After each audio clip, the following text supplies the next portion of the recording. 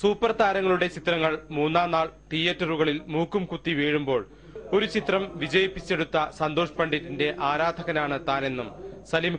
എന്നിട്ട് നമ്മൾ അയാളെ കുറ്റം പറയുന്നു, അയാളെ വള്ളു പറയുന്നു, ഇയാളുടെ പടം മോശം, അങ്ങനെ എല്ലാ പടം ഒന്നിനോടൊന്ന് താരതമ്യം ചെയ്യുമ്പോൾ എല്ലാം.